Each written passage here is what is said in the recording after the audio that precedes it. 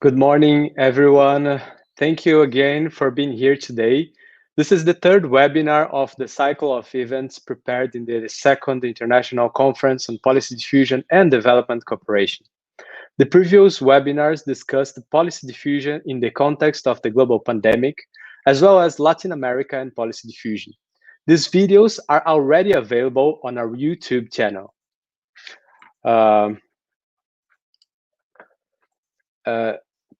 We are expecting to have 14 panels in our conference that will take place from January 25 to March 19.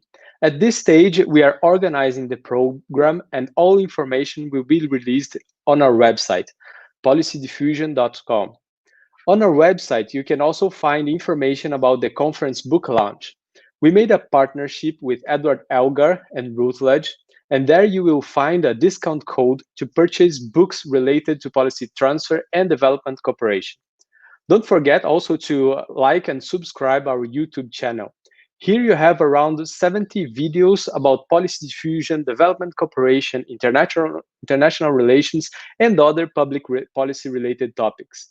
All this content is of free access just for you. Today, we are going to discuss about public policies and the fight against coronavirus in Brazil. As most of you might have seen, Brazil became a paradigmatic case in the fighting against the global pandemic. For several months, the country was the second in the world in number of confirmed cases, and currently it's in the third place with more than 5 million confirmed cases. The responses in Brazil to fight against COVID-19 were troubled.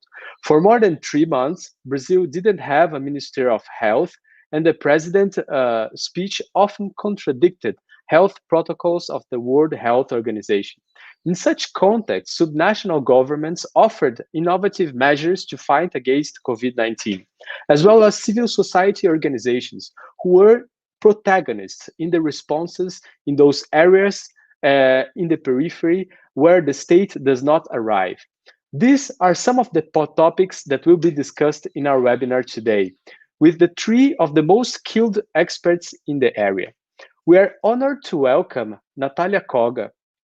She holds a PhD in political science from the University of Westminster and is member of the Public Policy and Government Managed Specialist career at the Ministry of Economy. She is currently a researcher at the Institute of Applied Economy Research, the Ipea, and coordinator of governance and public policies at the Directorate of Studies and Policies of the State, Institutions and Democracy. She is also professor at the National School of Public Administration, the ENAP, and has a long professional experience in public policymaking in different social areas. We are also honored to welcome Rômulo Paes, who holds also a PhD and is health policy and social protection expert. He's senior investigator at Fiocruz in Brazil and honorary associate at the Institute of Development Studies at the University of Sussex. It's also worth to mention that in his career, Rômulo Paes was Deputy Minister of Social Development of Brazil and Director of the United Nations Development Program in the World Center for Sustainable Development. Finally, we are also honored to receive in our webinar today Danielle Hanna Rached, who is PhD and currently Assistant Professor of Law at Fundação Getulio Vargas Law School in Rio de Janeiro. She teaches transnational law and related subjects. She has written about the legitimacy of international institutions in a context of their growing intrusiveness, analyzing whether and how international institutions can be morally respectable, politically effective, and legally consistent. So thank you very much, Natalia, Rômulo, and Danielle, for your time and for sharing your thoughts and research finding with us. I'd like to thank you also all the participants that are following this webinar on YouTube or Facebook. The dynamics of the webinar are the following. Each participant will have up to 5 minutes to present. After that, I'll make a few comments and we are going to open to the discussion with the public. You can make your questions via the YouTube chat. and I'll transmit directly them to the speakers. With that said, with no further delay, I would like to invite Professor Natalia Koga to speak. Thank you very much. The word is with you, Natalia. Hi, good morning, everyone. Just want to share you here some presentation that I've prepared for our conversation here today. And well, first of all, I would like to thank the name of Osmany very much, the team of Labopi, and the organization of the conference, and also to greet my colleagues here, Rômulo and Danielle, and all the participants of this webinar. As Osmany already spoken a little bit of it, the idea here of my presentation is to think about some of the reflections that COVID-19 contests have been given to us in terms of looking at this question here, what's the role of science and scientific evidence in the Brazilian policymaking today? I think we have different realities, COVID and the post-COVID-19 brought us new challenges that we would like to talk a little bit on this conversation. Probably most of you have already heard about this movement that's called evidence-based public policy. We are calling here the EBPP. That's actually, we can say, a movement that argues for the use of evidence on what works in the policy decision-making. It understands evidence as results of systematic research aimed at growing accumulation scientific knowledge, actually scientific evidence. It was fostered by another movement that's called evidence-based medicine, and also fostered by the recent technology developments such as big data and machine learning that have been making possible to us to access more information with a high speed. But it's also bring us not new ideas if we look at the studies of the policy studies, because it brings the ideas of the potentiality of use of reason and instrumental rationality in the policy making. And the COVID-19 actually challenges these ideas. On the one hand, it claims for its strengths, but also exposes its limits as we have been looking at it so far. So it brings back this big discussion on the dispute between the political and the technical, the political and the expertise that comes even from the origin of the studies of policy analysis.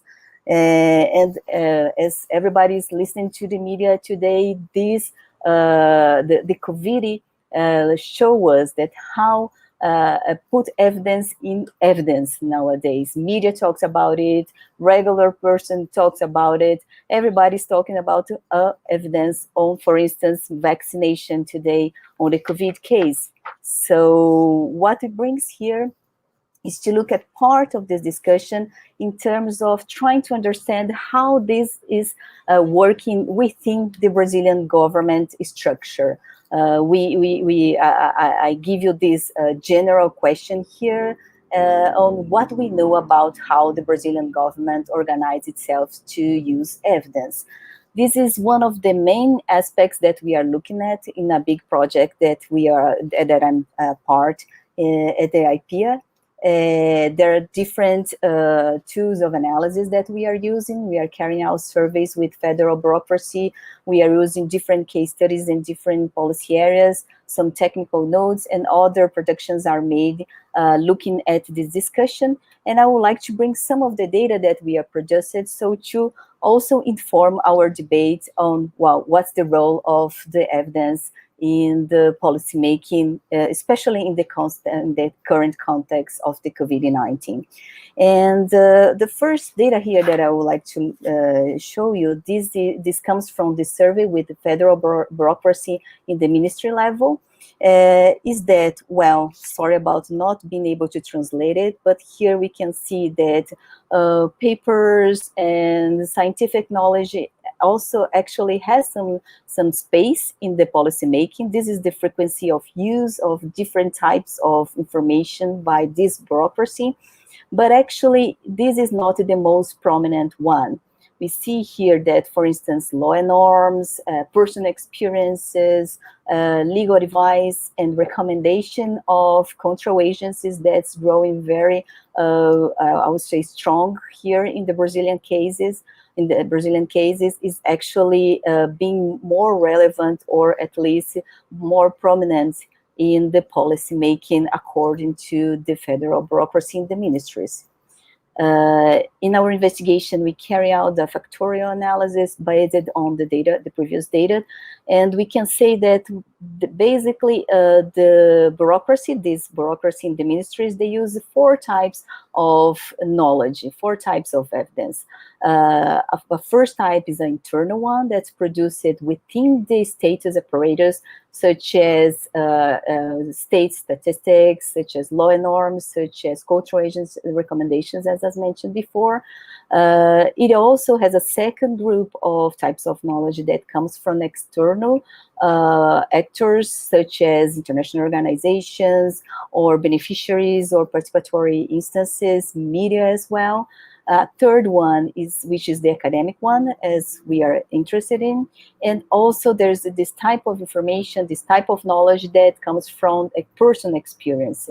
So there's a variation of types of information that been informing our policymaking in the federal level, at least in the ministries, yeah. And this discussion is also interesting if we look in terms of the analytical capacity that is engaged in the policymaking, the federal government.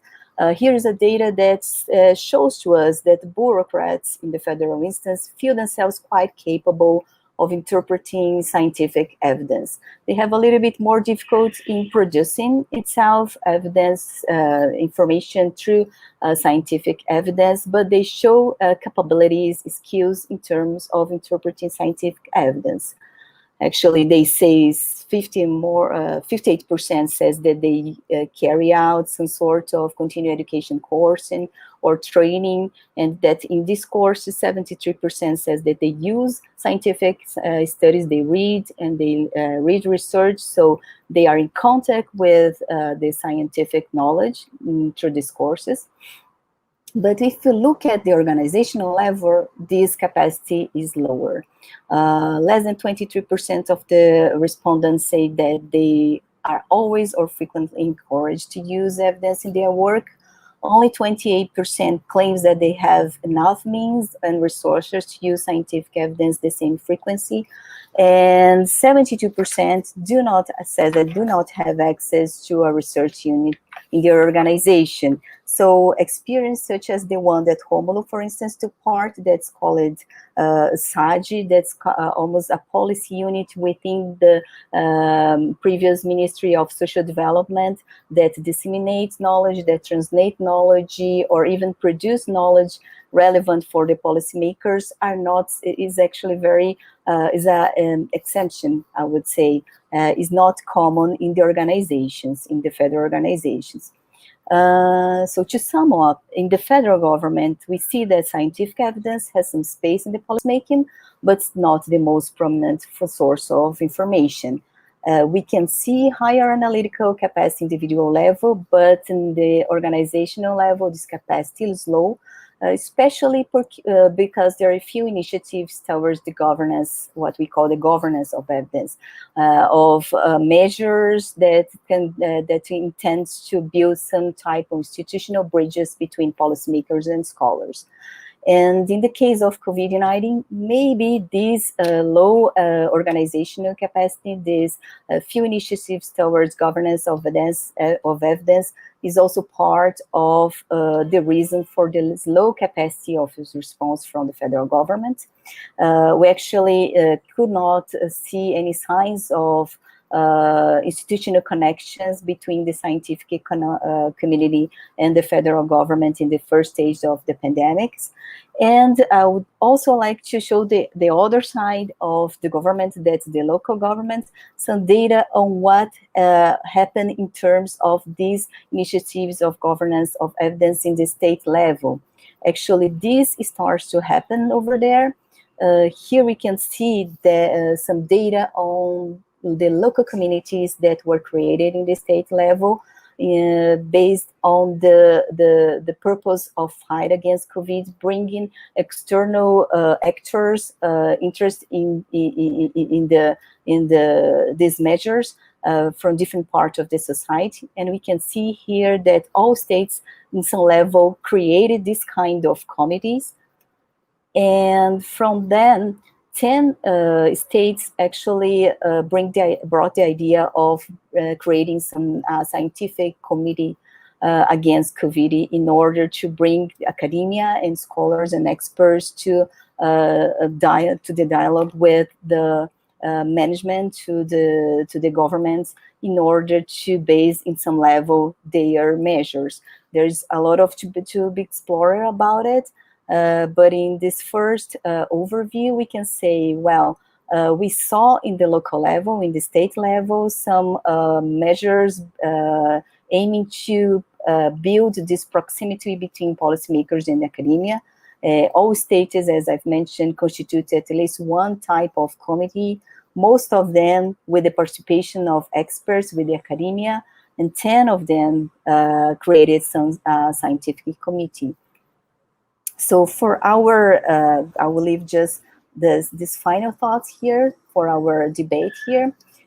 We can say, well, COVID-19 puts science and scientific knowledge in evidence in terms also in the policy-making discussion. But in order to take it more seriously, we should look at some aspects here. The first one that we would like to highlight is the conditions of use of scientific evidence. Is the Brazilian government prepared to use it? It really aimed to use it. And also there is the second aspect here that we have to consider that evidence can be used, can serve for different purpose. As the literature already says, there is, yes, this instrumental kind of use. That's, well, we have a problem, I will look for the best evidence that to inform it, and I will use it to base my decision. But it's also this kind of use that's more a conceptual one. Okay, I don't know nothing about this public problem. I will have to be informed by the evidence that we have about it. And finally, this very important use, this symbolic one that we call this political ammunition. You already, the decision maker already have this decision and use evidence in order just to support, to give legitimacy. We have to consider that these different uses are in place, and policymakers make them usable in different situations, in different contexts, and they are all legitimate. And also that evidence has its limitations. Well, sometimes we have evidence, sometimes we have consensus, sometimes we don't have. We have problems of bias, and we also have to consider that in the end of the day, the policymaker is the actor accountable for the decision. So there are ideas, values, electoral interests are also in place in the policymaking process. And finally, to the policy diffusion community, I was also proposed this agenda on trying to understand this movement of evidence-based in the Brazilian government, in the Brazilian context, as a policy diffusion manifestation or phenomena. It would be interesting to look at through the policy diffusion lenses. What type, for instance, this proliferation of committees is a type of policy diffusion? What type would it be? What sort of motivations, the agents that are involved, inductors and limits? Well, thank you very much for this opportunity. Looking forward to debate more with you in the following minutes. Thank you very much.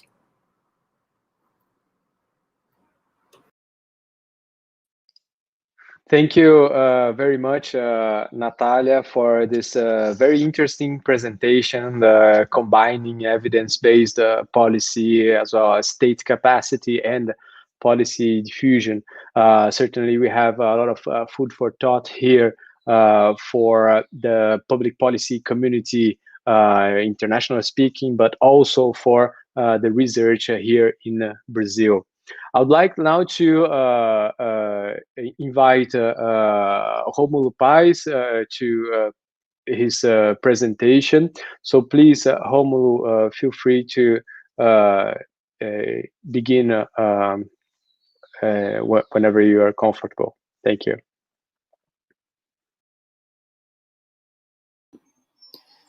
Good morning, everyone.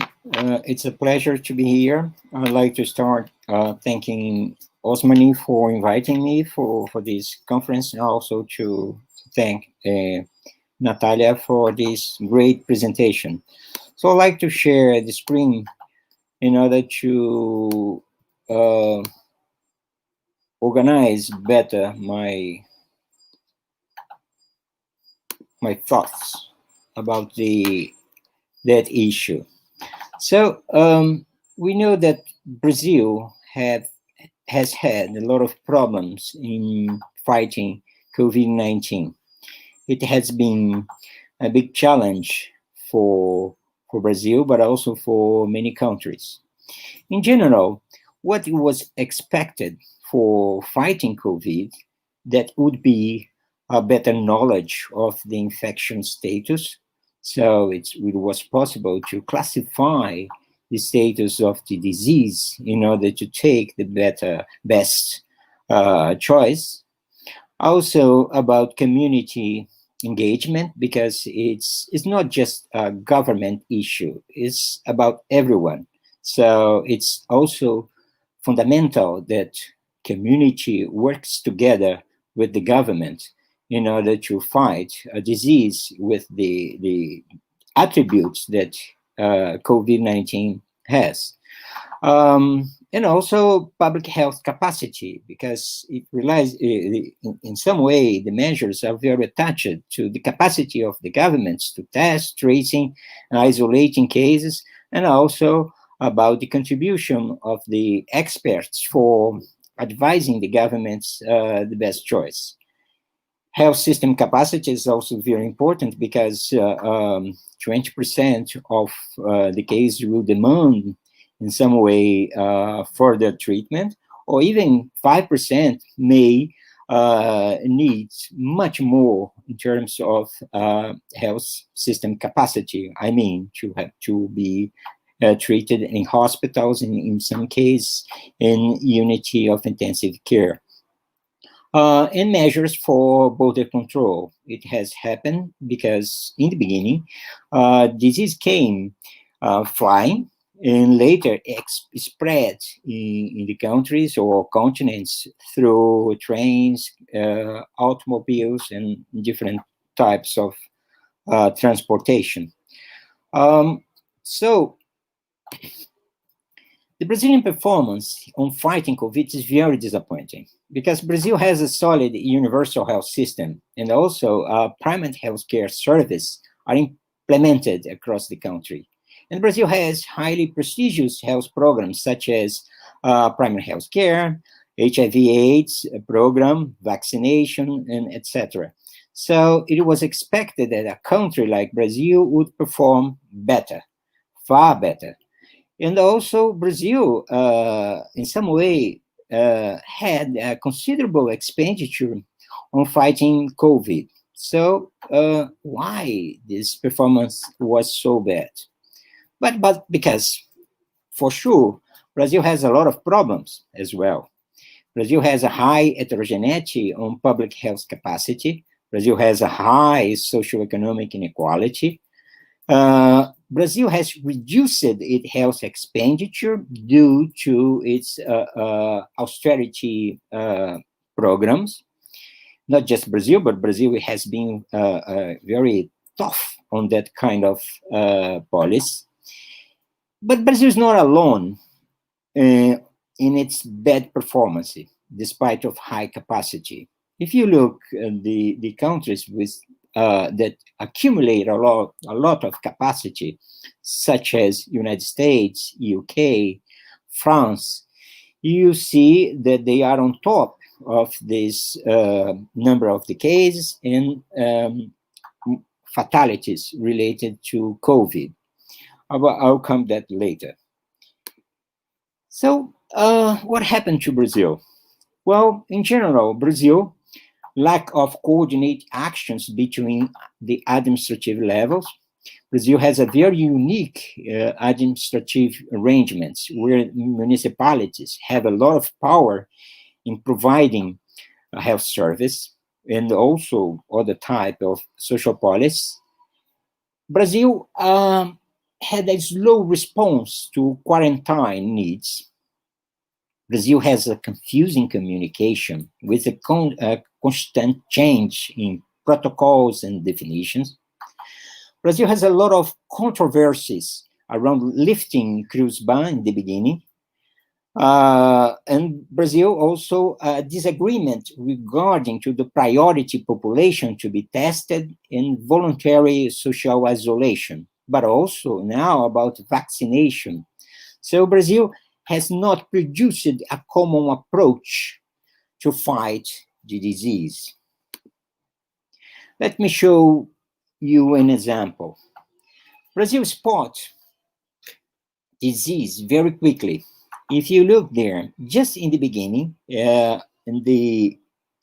I'm sorry, it's written in Portuguese, but Brazil declared just in the beginning of February that we are in a condition of healthcare, health policy emergency, public health emergency, just in the very beginning, previous to WHO. However, Brazil spent like 6 weeks to take the first initiative to fight the disease.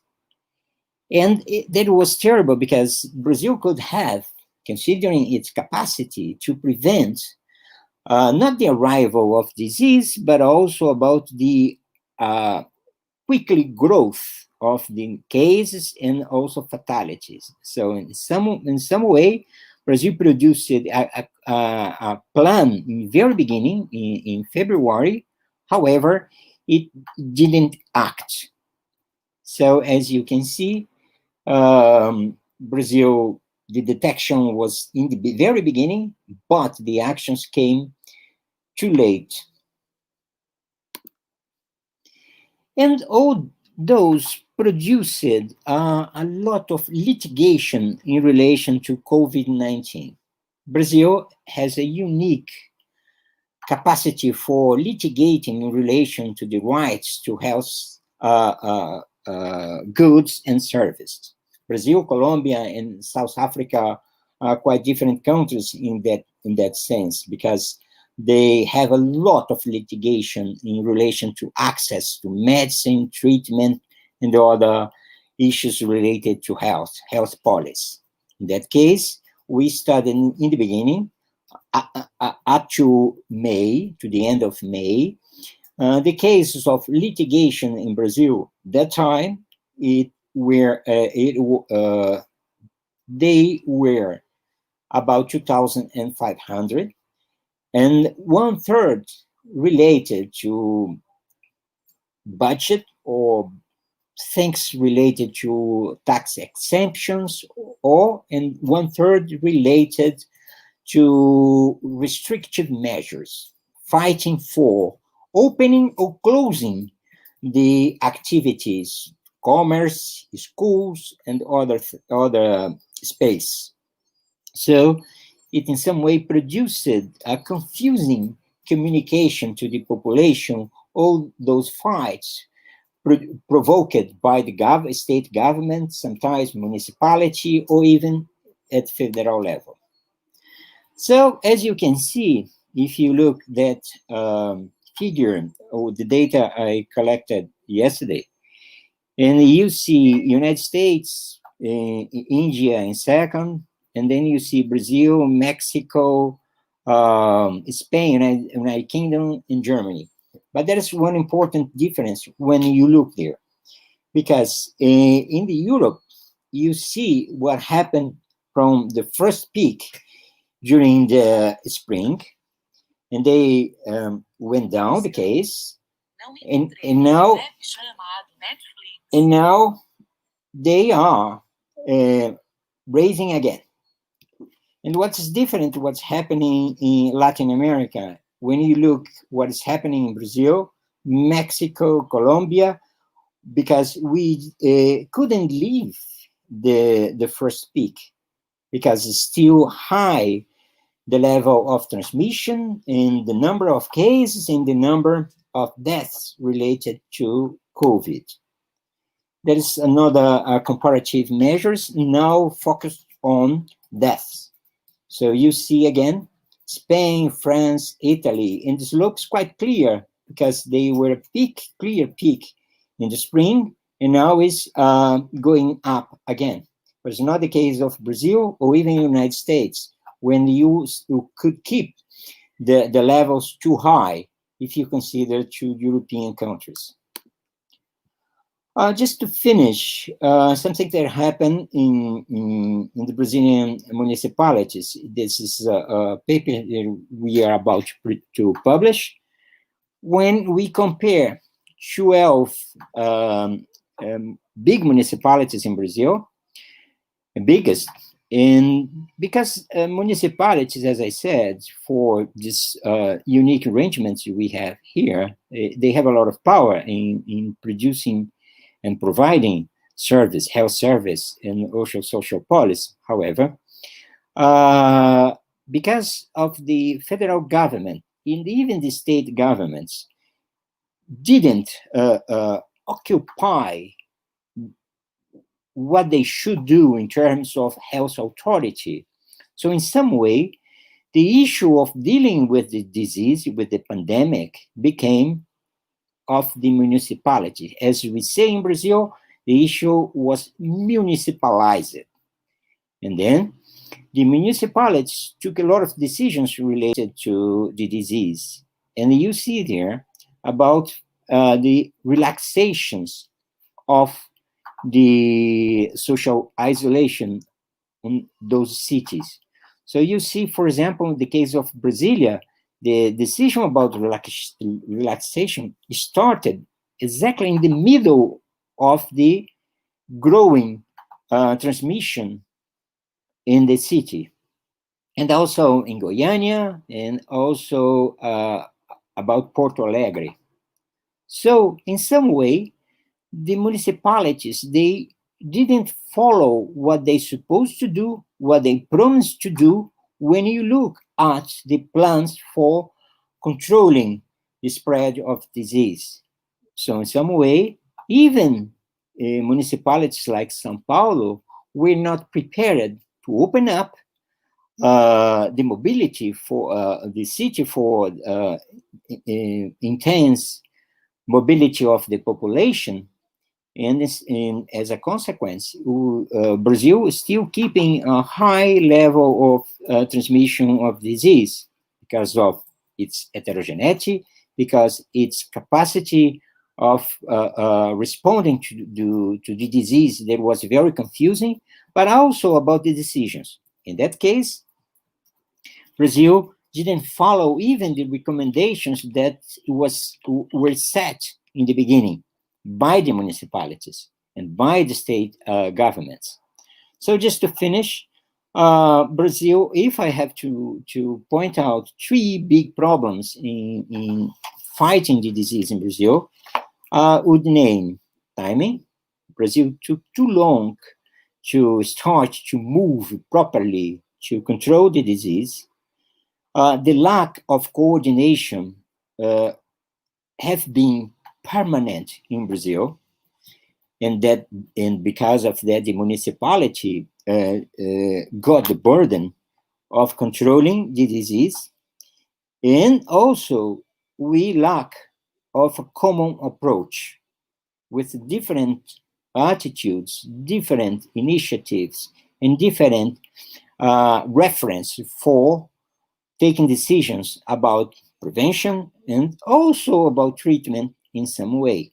So the failure of Brazil in controlling the disease has to be reversed, because we are about to have a second peak, because nothing can suggest that Brazil will not follow what is happening in Europe and other countries, even in Asia. So it's time for Brazil to start to do the right things. Thank you.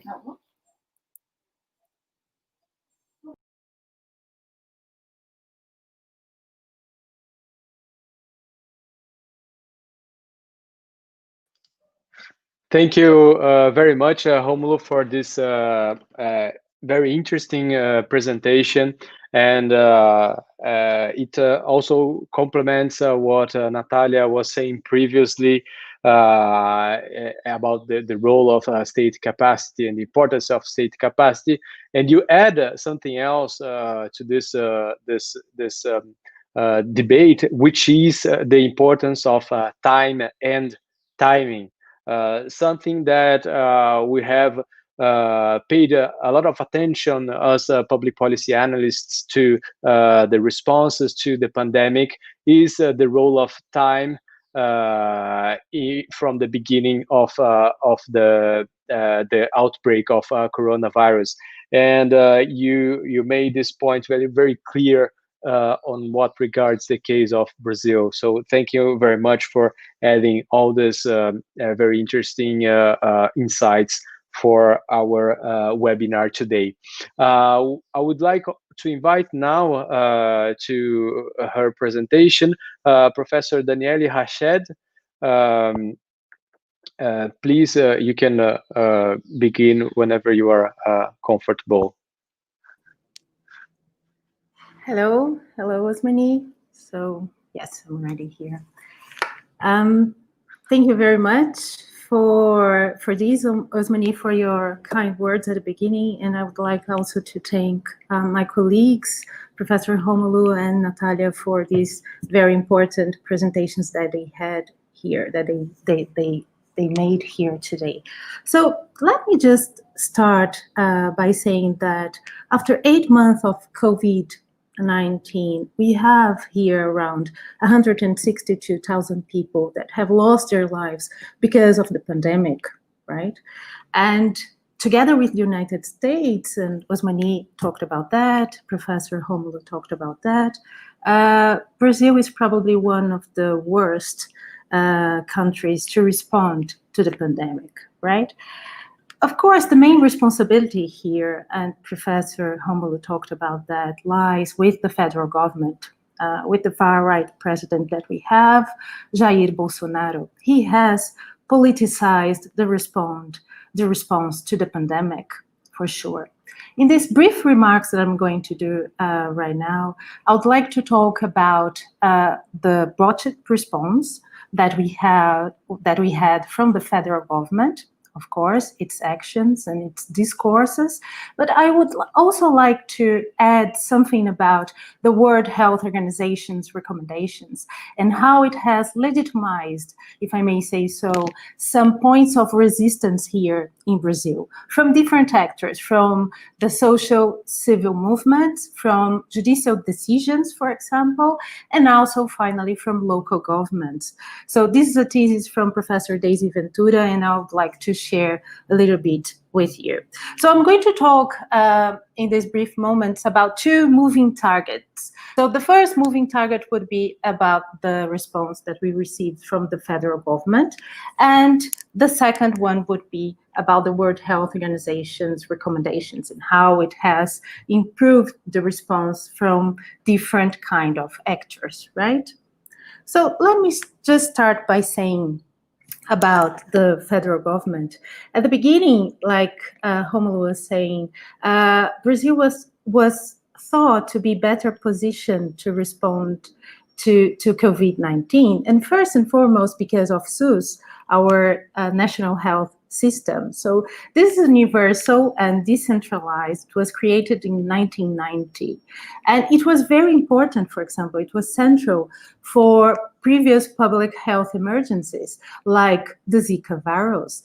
It was important because of this. Rômulo was saying that, I'm just repeating him, because of this primary healthcare network that covers around 75% of the Brazilian population. So it was very important. So we were ahead at the game. But then again, we happened to live under the presidency of Jair Bolsonaro. And the reactions of Bolsonaro government to the COVID-19, to the pandemic, have been well documented. I'm just going to briefly sketch one of them here. So they range from denialism, they range from promoting unproven therapies, and finally to attack World Health Organization, for example, political opponents, and also experts. So just as Osmany was saying, he has dismissed 2 health ministers because they did not agree with him during their time in office. And the third one that he has promoted came from the army and has just acknowledged that he didn't know anything about SUS, for example, before becoming a minister. So I think we have never been so far removed from expertise in public health as we are right now. And these will have consequences for public policies in health in the short, in the medium, and in the long term, for sure. So that's the first thing. But it's not only about the narrative and discourse that was chaotic. It was also about administrative acts. There was a strategy there from the federal government. So they have vetoed, for example, important regulations coming from local governments. They have delayed, for example, the transfer of resources to local governments as well. And they did not have, for example, a plan for the protection of the indigenous communities, right? This plan only came to reality. We have one because of a judicial decision, right? So this is something about the federal government that I would like to say something about that.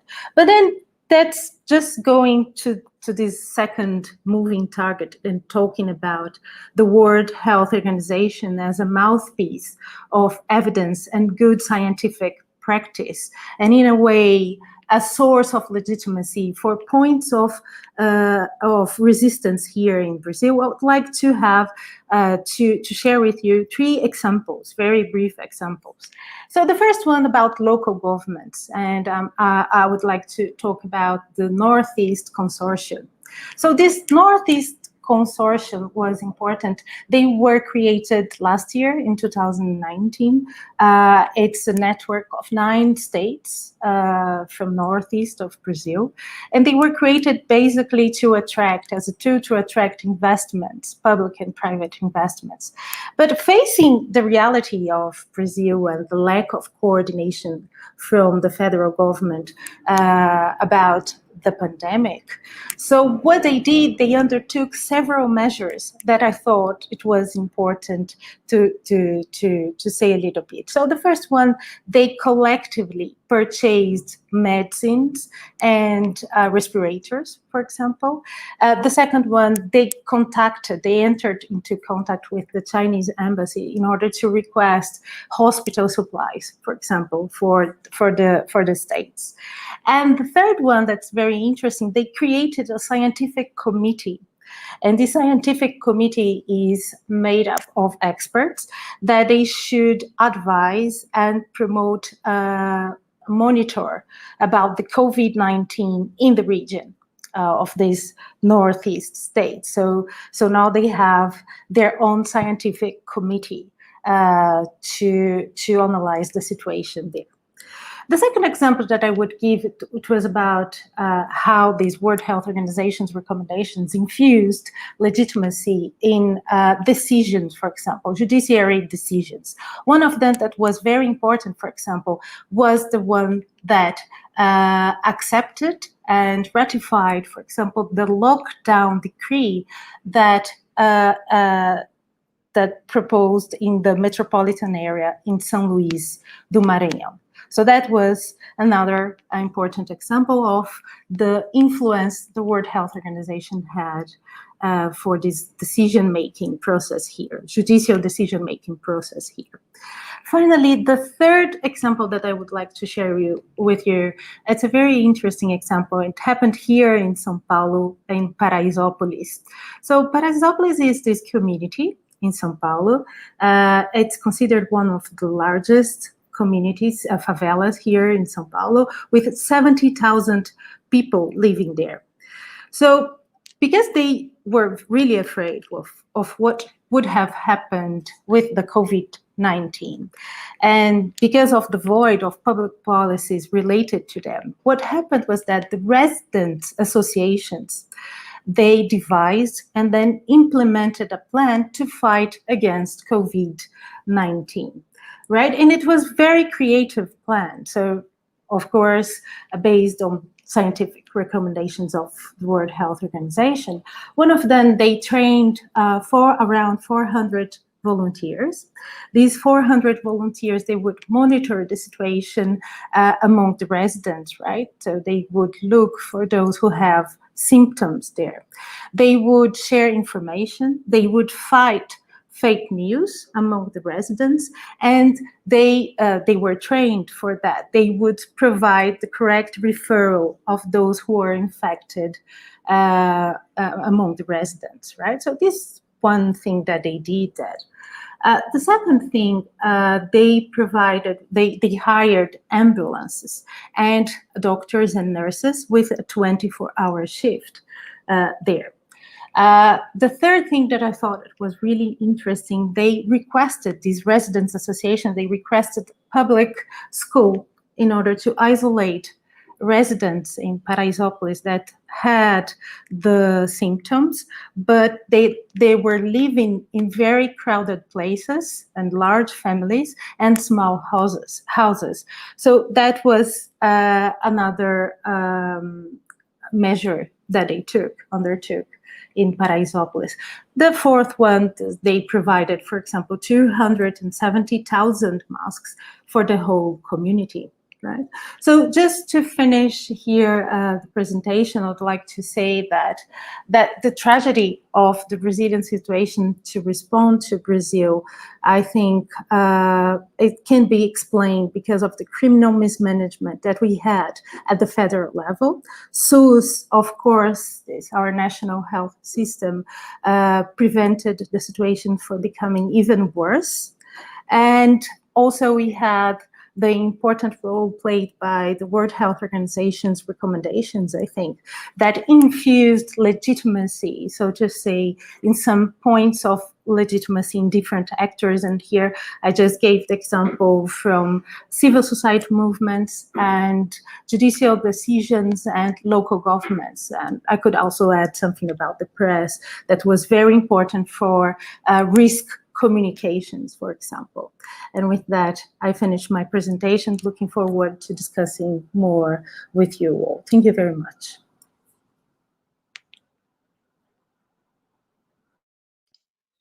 Thank you very much, Danielle, for this presentation and for bringing also different information, including the role of civil society organizations in fighting against the pandemic. I found very, very interesting that you brought this case of Paraisópolis, which was left by their own during this pandemic, among other communities here in Brazil, and they were basically producing public policies in a time where the state, the government, would not arrive there. So it's a fascinating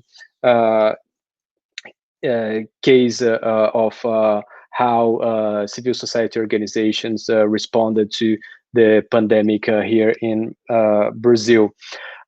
So I would like now to make a few comments about your about these presentations, and we also have some questions in the chat that I will present to you.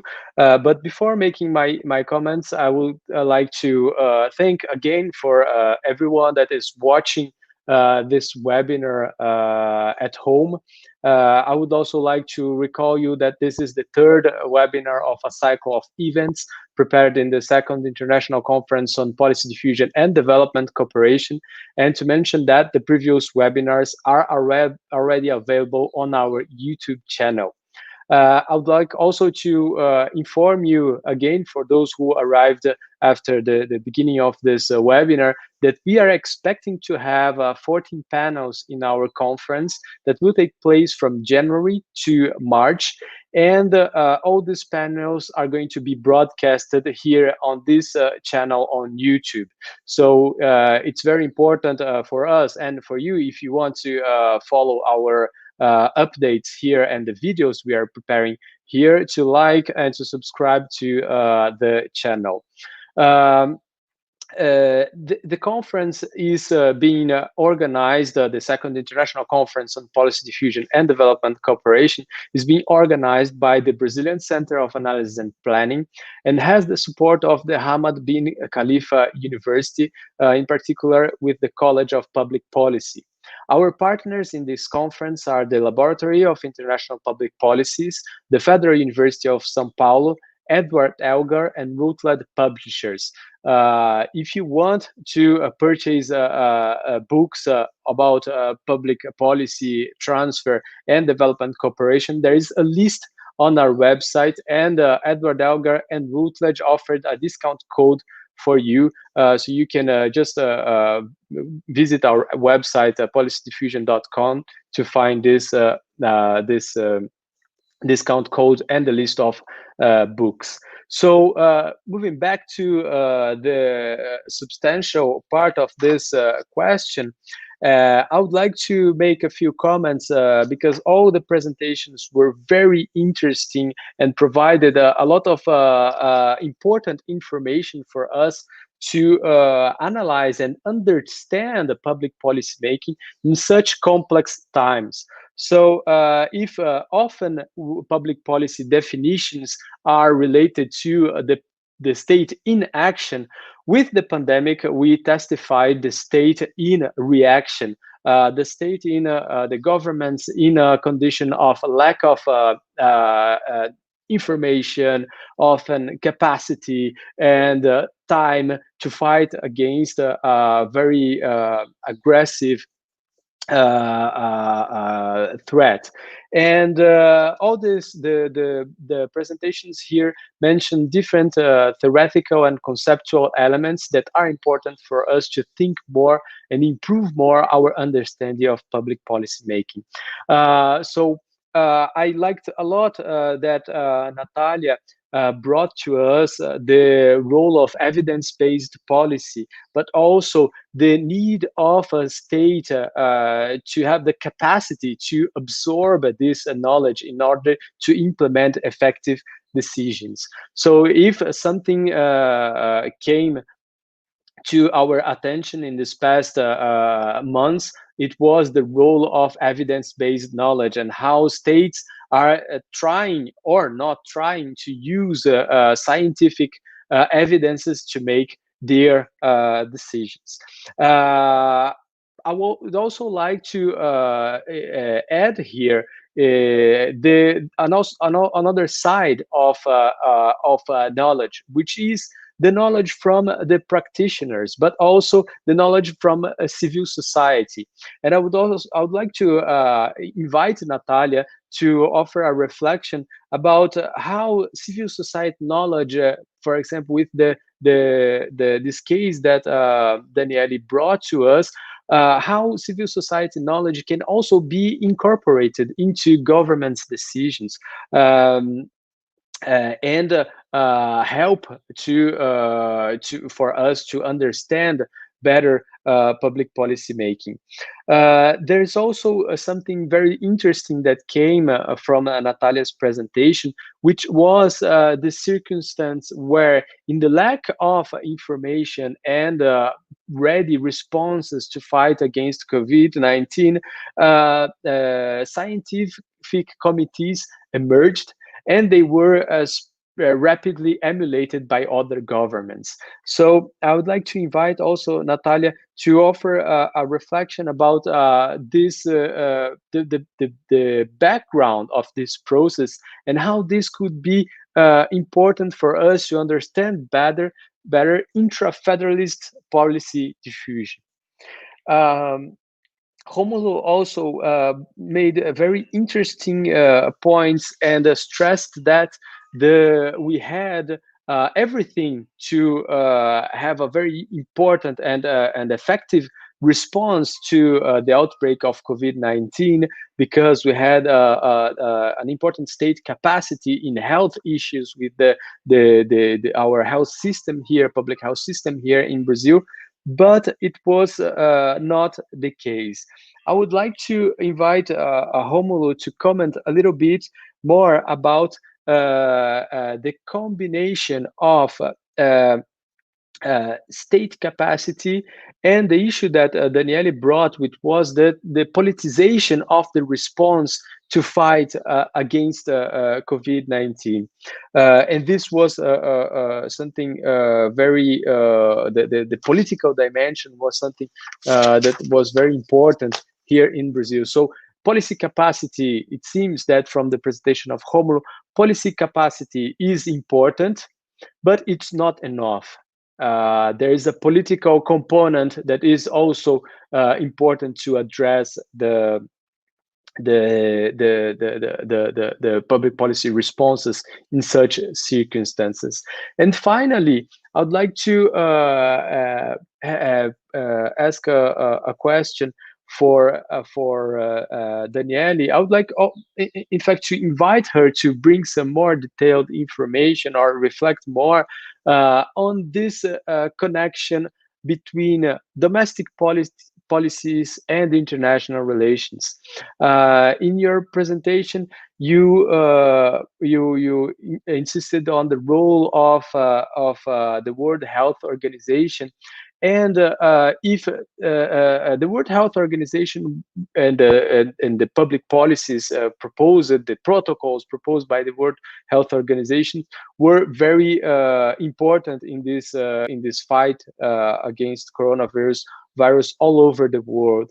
So normally in traditional public policy analysis, we are used to think about the state within national borders, but the pandemic brought this into evidence to everyone that we need to integrate always more the domestic politics to international relations. So I would like you to comment a little bit more about this whole process of global public policy making, including the role of the World Health Organization and the case of Brazil. So this would be my comments. You don't want to react to all of this, but it's something that it will be interesting for you to talk a little bit more about. And we also have a few questions from the public that I would also like to address to you. There is one question that can be addressed to the whole group of speakers, which comes from Babaganya Abba from Kenya. And he says that he's studying the role of transfer agents in domesticating COVID-19 protocols from World Health Organizations. And he asks what can be identified as intervening variables meddling this process. So if you have any thoughts to help our colleague from Kenya, these would be very interesting for us. We have another question from the audience. It's a question directed to Natália.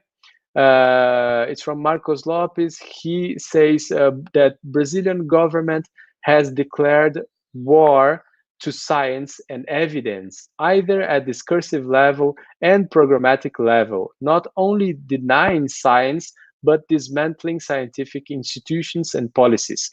How is your analysis taking into account anti-science and anti-evidence approach? Marcos is a PhD candidate of the Global Health and Sustainability program at the University of São Paulo.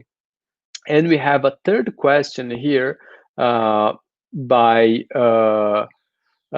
Chris H. He says that with capacity, we see operational, political, and analytical. The first two are common across all countries, but the third may vary. Any evidence that smaller countries are collectively pulling analytical capacity? This also can be addressed to the full panel. There's no specification. So we are moving now to the answers of the panel. We can start with Natalia, and then Rômulo, and then Danielle. And then if you have more questions, this is for the audience. If you have more questions, please drop a line here in the YouTube chat. So Natalia, please feel free. Thank you very much, Osmany, and for the participants as well. Very interesting questions, and the presentations are actually very, very interconnected and interesting. I will start with some of your provocations. The first one related also to Danielle's presentation on the knowledge from civil society and how can we bring it within the process of policy making. And actually, we thinking about also on Marcus' argument here in terms of what has been dismantling or disconstructed in terms of institutionalities and capacity in the federal government. I would say, for instance, that the participatory experience in Brazil was another very relevant initiative in terms of promote this interaction, this integration between what the society thinks and what it can be brought through the policy making, to the policy decision as well. So I think one of the ways that we can make it more closer, is through this type of formal instances. Despite all the critics and etc., we have to say that there is this discussion on two communities, on the literature on two communities of knowledge diffusion, actually, that says that, well, science has one way of doing science and management has another way of having to use science. So not always the timing is right, not always the context is perfect, and they have different stimulus and different strengths, and sometimes it's not possible to have both. And I think in the case of when you look through an evidence, a scientific evidence, how it comes to go within in the final decision-making process, is actually, it passed through very different intermediary instances. When Danielle says about the judiciary, when we think about the control agencies, these participatory instances are actually ways of bringing knowledge as well, different types of knowledge within the state, and they are playing different roles. We can see it in the COVID case, and we have to explore this better, because I think this idea that the connection is linear and directive within, okay, we have the best evidence and okay, we will have the best policy is unreal, is naive. So we have to explore this whole process, and well, civil society experience can bring all is what is happening in the local level and inform it as well. But in fact, there's the big problem here that, okay, we can realize that there are different initiatives going on. Some are more successful than others, and the final results Rômulo showed us very strongly here. But I think one of the three key points that he mentioned is related to coordination. The problem of, again, the different approaches, and a common problem is that we can lose our efforts, we can spend the few capacities that we have, and we do not have a successful result in terms of fighting against this kind of global problem and very complex problems. So a way of looking at it is how leadership and how cooperation and coordination is lacking and is not producing the results that all the accumulated capacity would be able to give us. So I'll agree with you. The Northeast Consortium is one initiative that aimed to coordinate the states, and they had a different, I didn't mention, but Danielle gave us a very clear idea on how it can work, because it was engaged before the COVID, and all the experience that they brought, they came to use for what they call the C4, the scientific community for the Northeast. But there are a lot of other aspects that we have to look at, as we are talking with Rômulo before, in terms of, okay, we always live in a context that the political dimension and the technical dimension will engage with each other and also have to be balanced. Yeah, it's not possible to say that all the technical inputs will be able to be translated in good responses. Sometimes the response has to be in a time that evidence is not able to produce. So in terms of anti-science and anti-evidence discussion, it's kind of problematic as well, because when we say that, okay, scientific evidence is important, but it's not all, it can be interpreted as a way of justifying this sort of measures that the federal government are not taking or taking the wrong way. But it's not that. It's actually, I think there's a key issue that came up to be very relevant in the COVID discussion, that's related to the communication of evidence. Now there are more actors, more advocates of different source of information, and also being interested in not informed, and we have to look at and to invest more in trying to make it better, the communication of evidence. So for us that are in the academia, that are the universities and producing our research as well, we also had to think a little bit about how we are making it possible to be useful for the ones who we want to be addressed. So we also have our responsibility in all of that, and we have to think about different innovative ways of improving this bridge between these two communities that doesn't need to be that separate, but it has to be better understood on the role of each one, and also to contribute to a common goal and a common pathway through this big challenge that we are living now in the whole planet. Thank you very much. These are some of the thoughts. I appreciate all of the questions, and it's making me reflect more on what we are doing now. Thank you very much.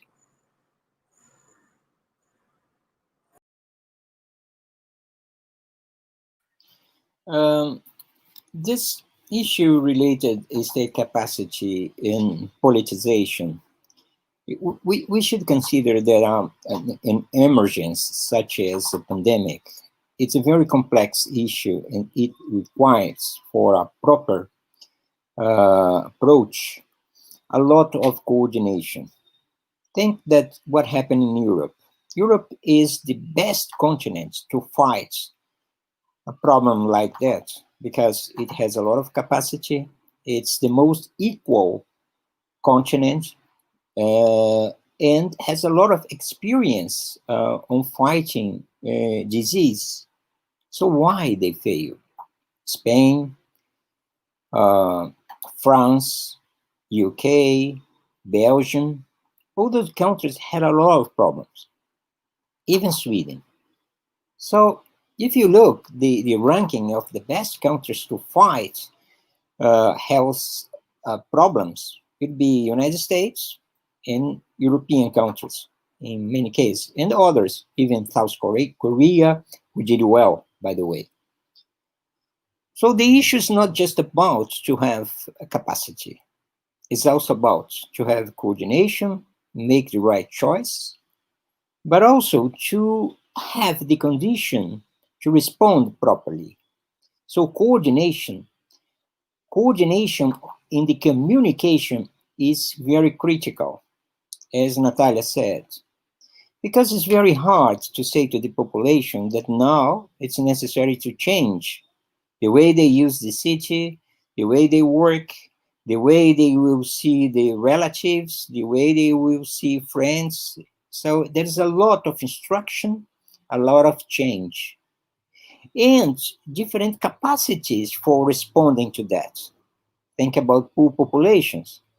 Why we are having many cases reaching poor populations? Because they are very exposed and they have less conditions in terms of household and the other basic facilities for fighting the disease using the correct preventive measures. So if you have all these problems related to the communication, as happened in UK, but also is happening in Brazil now. So the speech of the president yesterday about the vaccination or to be exposed as a male attitude is terrible for convincing the population how to act, how to react properly in relation to the disease. One characteristic that should be stimulated should be empathy. To say you have to look after yourself, after your family, and look after the others.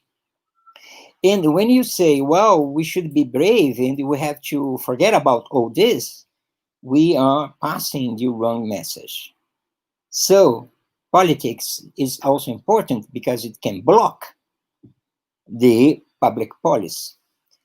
Many studies found correlation between political discourse, political narratives, and response to social isolation measures or lockdowns or stay-at-home order. There are different ways to call the same initiative.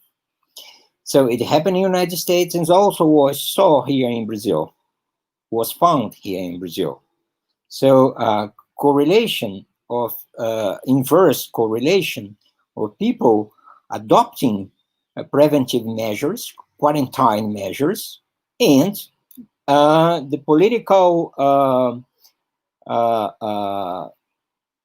affinity with that type of narrative.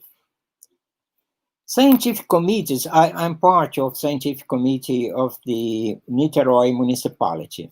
A challenge, there is no specific way of dealing with scientific committees, but most of them are just about to advising the government. So helping the political level to understand what are the scientific evidence for taking different decisions. What is important, because there is not necessarily we have a consensus about everything in terms of scientific studies. So many times it depends on interpretation or betting what would be the best decision about different things. It has been an important, in PAHO has mapping those initiatives in Brazil, including the consortium in Northeast, but also in the other cities like Belo Horizonte and so on, and in Rio Grande do Sul.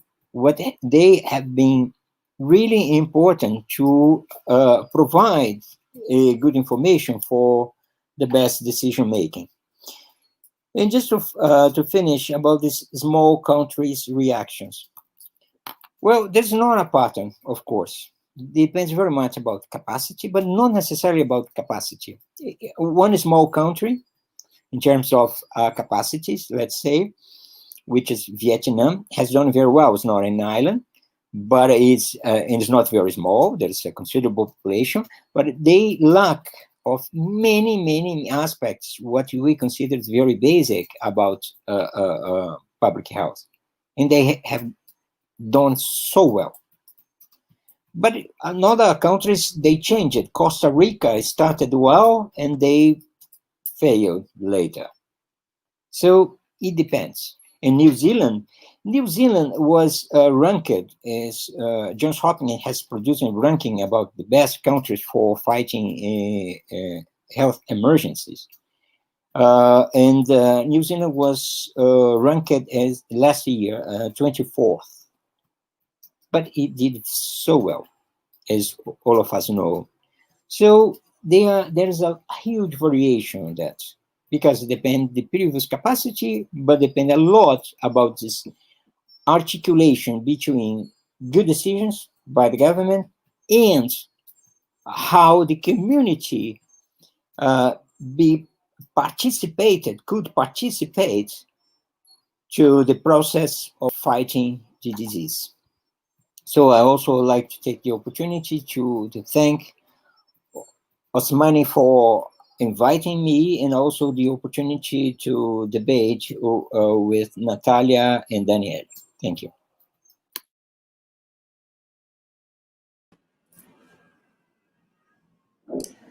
Thank you again. It's very enriching to listen to Natalia and Rômulo speaking about this so important topic. So just very briefly, because I know that we don't have so much time, Osmany asked about, and I hope to be very cohesive here, about domestic policies and international relations. And it's something very related to what I try to teach at the university. And it's just a brief comment about it. When we are at the university, we are used to teach and learn international law, and that law is my background here. So international law, and then domestic law with tax law and administrative law and civil law and so on. And we don't make the connections or the importance of making these connections. So when I try to teach the transnational law, that's something that we are living right now. And we can see the importance of this domestic and international field.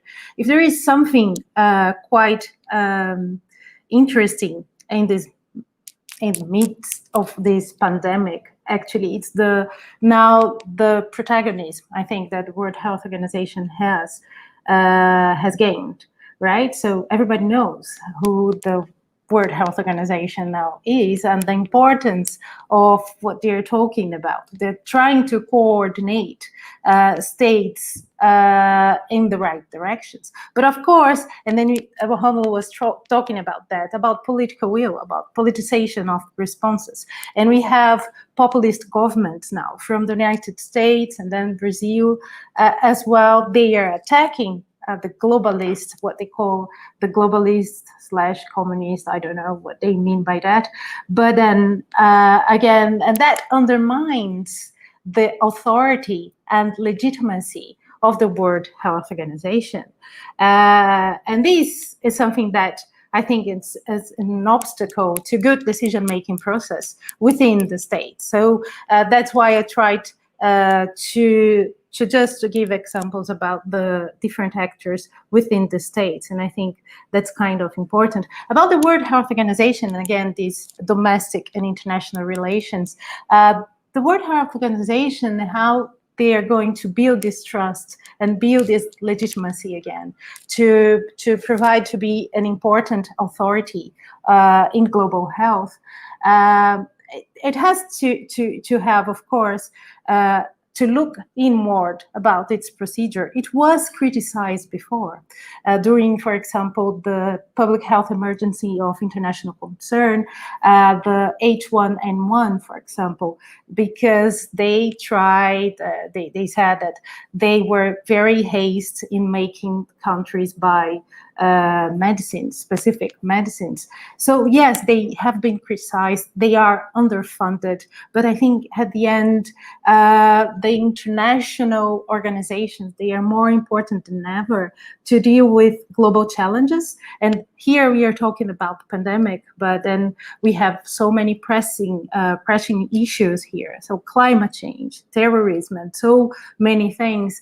And now I think that we are all watching what the World Health Organization has to do and has to say, and how it's going to improve its own procedures, and how it's going to improve its own way how to communicate risk to states and make their authority more obvious than ever. That's what we need.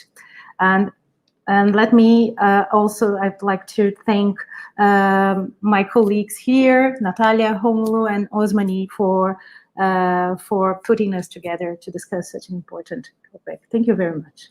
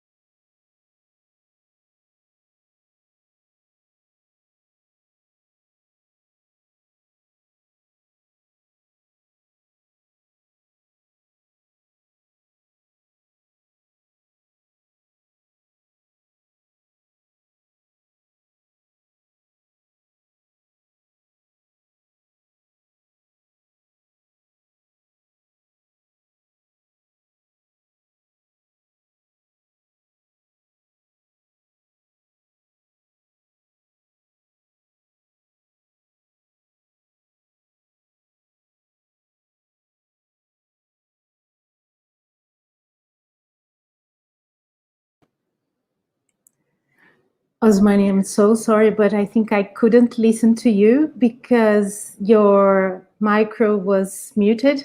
So I'm really sorry. I think the question is on me now, but I couldn't hear it. I'm so sorry. Okay, sorry. Now I have the microphone working. Sorry about that. So we have two more questions that came on the from the public, and the first one is both of these are addressed to the full group of speakers. So the first is from Laura Weisbisch, and she says that considering that the pandemic is far from ended, what the panelists believe could be done to bridge the science policy gap? Where should we focus our efforts?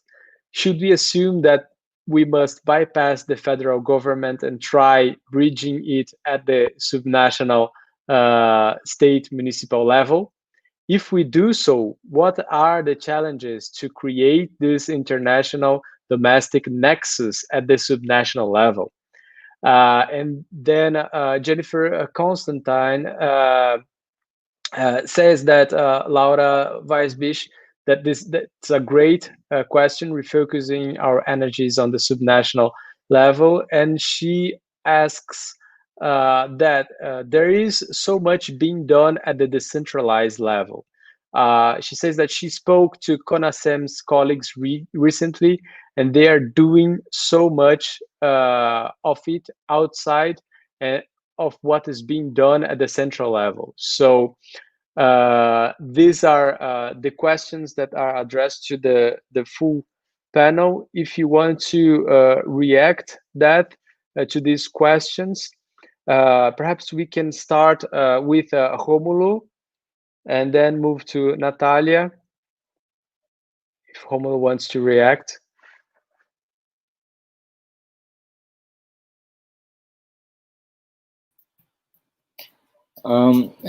It's nice. It's great to hear from Laura and Jennifer, and nice to. Well, we need to prepare the country for the second peak because it's coming and it will come. I think one important thing is to be realistic about vaccination. That kind of information should be very precise about the capacity of the country for doing prevention based on vaccination. It will take a while. So it's not possible considering, for example, think about Fiocruz is engaged in this to development of this vaccine with AstraZeneca and University of Oxford. And this will prepare about 110 million doses in next year. However, it's possibly the vaccination with this vaccine specifically will need 2 doses. So in the end, so you have capacity for covering the population, half of the Brazilian population, along the 2021 year. About the other vaccines in testing in Brazil, the two others, or maybe a fourth one, we don't know exactly the capacity they will have, because they depend very much about this articulation with the federal level, who will be in the end the biggest clients.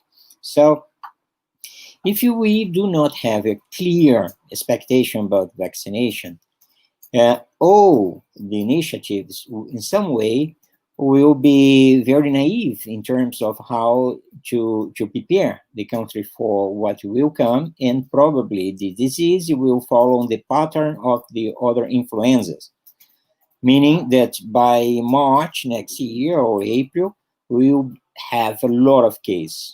So there is something important. Second one, the federal level cannot be excluded for a national policy for fighting the disease. The health authority is federal. So it is what we have to do is part of the civil society, part of the academia, is to push the federal government to take its responsibility. In the beginning, very beginning of the disease, it produced a kind of commotion. Everyone, lockdown in Brazil, worked in some areas, very few, but it worked.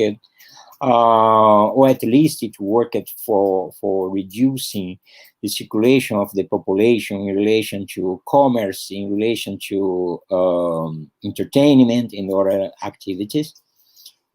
And the governors were very aligned in terms of producing a common response to the disease. But we lost that. And we need to recover that type of articulation. But federal government is part of the process, and it should take the political and legal initiatives to make them do what they have to do, or pay the consequence. So that is my final contribution, and I'd like to thank again for this opportunity to learn with Danielle and Natalia. Thank you. Thank you, Osmany.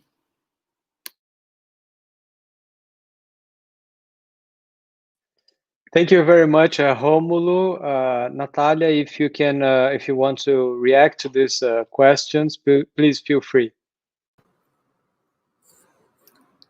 Well, thank you, Osmany. I think I have not much to add from what Rômulo was saying, just to emphasize that, and maybe bring just this perspective of how to improve the communication between the academia and society. We have learned that there are different initiatives going on. For instance, even the Northeast Committee brought a digital platform where to engage the scientific community, experts in different areas related to the COVID fight. The Federal University of Minas Gerais as well has another network.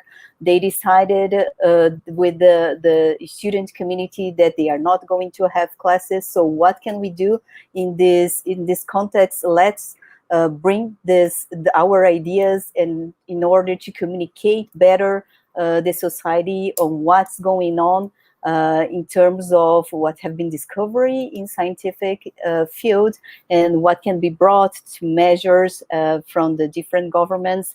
So if the federal government decided not to use this space, probably other actors can occupy that in terms of the scientific community, but also there are these other intermediary actors that I was talking about that started to play their role.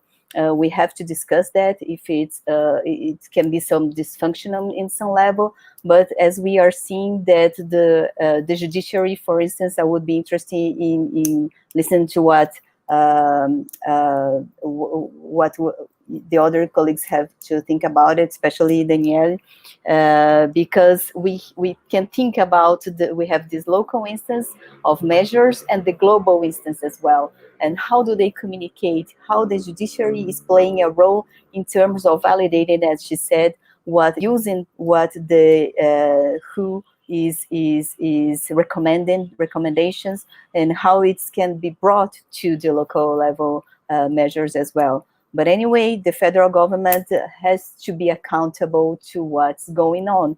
Actually, it's a national problem as well. And there is this position of not doing things relies on the federal government. We have to think about, it's good to hear from Jennifer, the Connaissance are doing their job, but I believe that there are some limits, and we have to play these other roles from these other places in terms of occupying the communication of what's going on, improving that, or bringing spaces to the scientific community to be more vocal, and also to participate in the political debate through the different sort of communication that we have now. So this, I'll congratulate Osmany for bringing us together again, so we can discuss that, and it's being part of this tentative of contributing to have a better reality in the Brazilian case. Thank you very much. So thank you again, Natalia, Rômulo, and thank you very much, Laura. I know, Laura, we have talked before about theses and this kind of topics, and Jennifer also for your questions, very important. Let me just try to bring an example here from the climate change community that I know a little bit. So the regulations and the protagonism that subnationals should have in climate change community. So before, with the Kyoto Protocol, we had this top-down regulation, right? And that was not really well received by the community, by the states, because of sovereignty, of course, and then we know that sovereignty is a big issue here. And then with the Paris Agreement, now in 2015, we have now the bottom-up regulation. So now states, they put forward what they want to do in order to mitigate their CO2. But now in the climate change community, the word that's important now, it's polycentric governance. It's not only from the international organizations down to the states, or to the states to the international organizations. Now this polycentric, it's kind of a network, it's a web of governance. And I'm sure that's kind of complicated to have the right amount, or to tune the right amount of coordination that we need to have, because I think it's the same thing with public health and global health, of course. So what should we do in terms of coordination? But now the terms that they are talking about, so we need this polycentric type of governance in order to sometimes bypass the federal government. And I do agree with Natalia that we need to make the federal government accountable for what they have been doing in terms of the pandemic, the response of the pandemic. But maybe this polycentric governance that gives voice and gives much more protagonism to subnationals, actors, should be something that we're going to see in the future, and we're going to see the importance of that to regulate global challenges such as public health, global health, and climate change, and so on and so forth. Thank you again for everything. And thank you, all the panelists and the questions. Thank you very much for the opportunity.